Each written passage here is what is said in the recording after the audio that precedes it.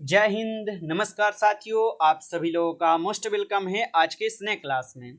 साथियों, आज के इस क्लास में हम सभी लोग पढ़ने वाले हैं बीएसएससी कार्यालय परिचारी भर्ती 2025 के एग्जाम के लिए मोस्ट इम्पोर्टेंट प्रीवियस ईयर के क्वेश्चन को, जो कि साथियों आपके बीएसएससी कार्यालय परिचारी भर्ती 2025 के एग्जाम के लिए काफ़ी इम्पोर्टेंट है।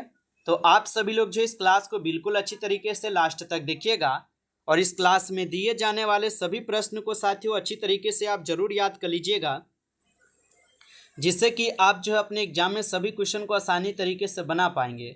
तो चलिए साथियों, क्लास को स्टार्ट करते हैं।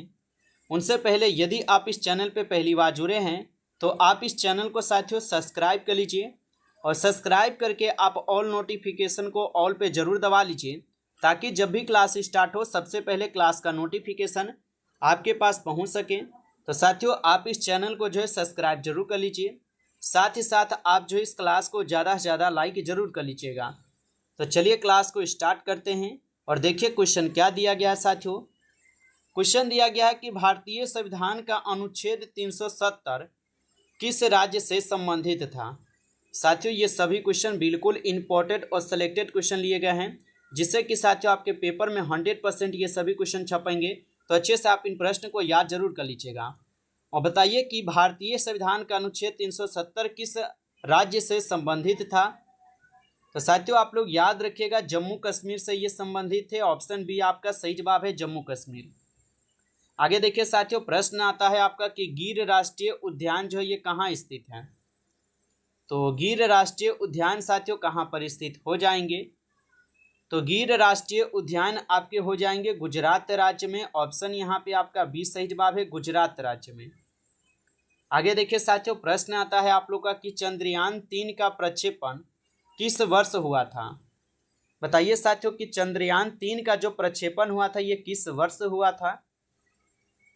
तो चंद्रयान 3 का प्रक्षेपण यह साथियों हुए थे 2023 में। ऑप्शन सी यहाँ पे इस क्वेश्चन का सही जवाब है, 2023।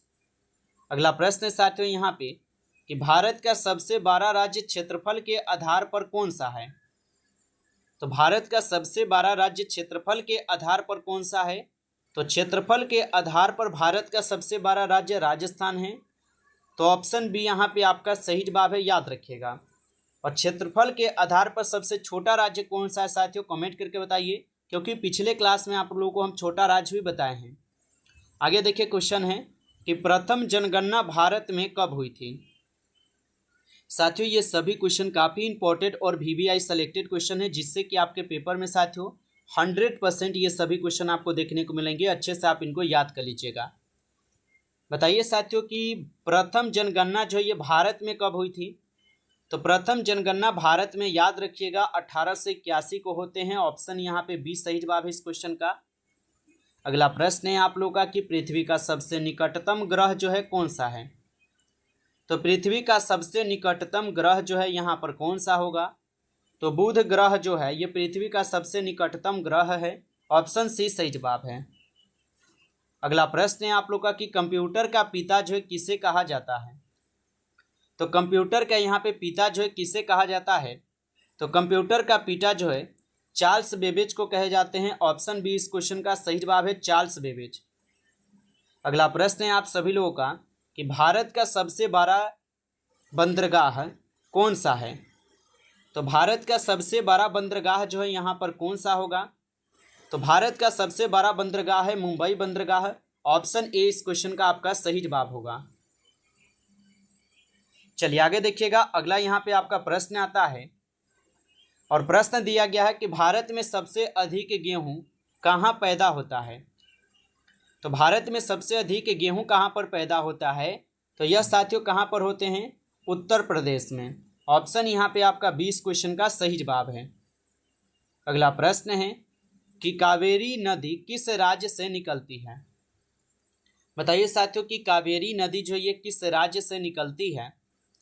तो कावेरी नदी ये आपके कर्नाटक राज्य से निकलता है। ऑप्शन बी इस क्वेश्चन का सही जवाब है, कर्नाटक राज्य। अगला प्रश्न है आप सभी लोगों का कि भारत का सबसे बड़ा रेल मंडल कहाँ स्थित है। तो भारत का सबसे बड़ा यहाँ पर रेल मंडल कहाँ पर स्थित है। तो भारत का सबसे बड़ा रेल मंडल गोरखपुर में स्थित है। ऑप्शन डी यहाँ पे आपका इस क्वेश्चन का सही जवाब है, गोरखपुर। अगला प्रश्न है आप सभी लोगों का कि भारत में सबसे अधिक कॉफी उत्पादन कहाँ होता है। तो भारत में सबसे अधिक कॉफी उत्पादन कहाँ पर होता है।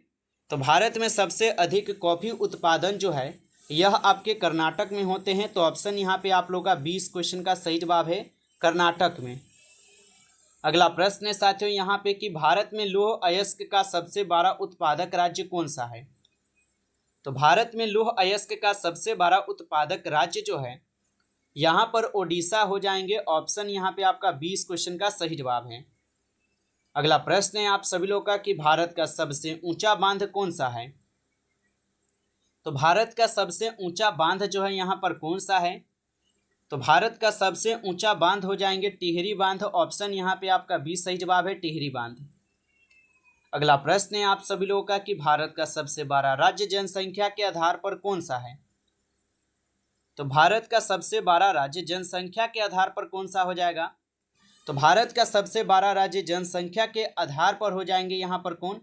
तो यह साथियों उत्तर प्रदेश हो जाएंगे। ऑप्शन 20 सही जवाब है, उत्तर प्रदेश।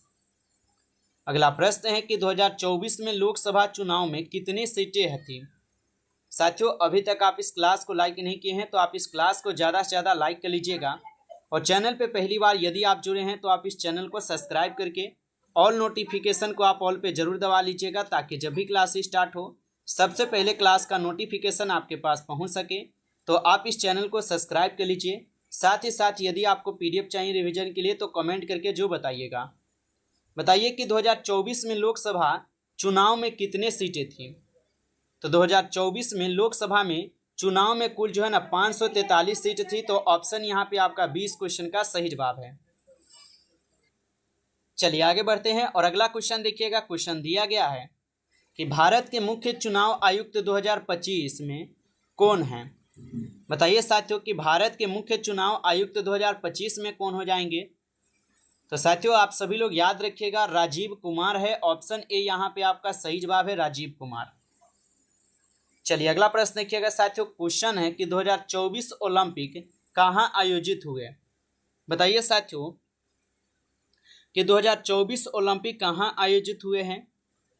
तो 2024 ओलंपिक जो है यह साथियों आयोजित हुए हैं आपके पेरिस में। ऑप्शन यहाँ पे आपका 20 सही जवाब है, पेरिस में हुआ है। अगला प्रश्न है साथियों यहाँ पे कि बिहार में सबसे पहले चंपारण सत्याग्रह जो है ना ये किस वर्ष हुआ था। तो बिहार में सबसे पहले चंपारण सत्याग्रह बच्चों किस वर्ष हुआ था। तो याद रखिएगा आप सभी लोग 1917 में साथियों हुए थे। ऑप्शन सी सही जवाब है, 1917। अगला प्रश्न है साथियों विश्व का सबसे ऊंचा पर्वत शिखर जो है यहाँ पर कौन सा है।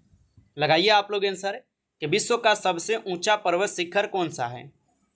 तो विश्व का सबसे ऊंचा पर्वत शिखर जो है यहाँ पर हो जाएंगे कौन। तो यहाँ पे 20 नंबर क्वेश्चन का सही जवाब ऑप्शन सी हो जाएंगे।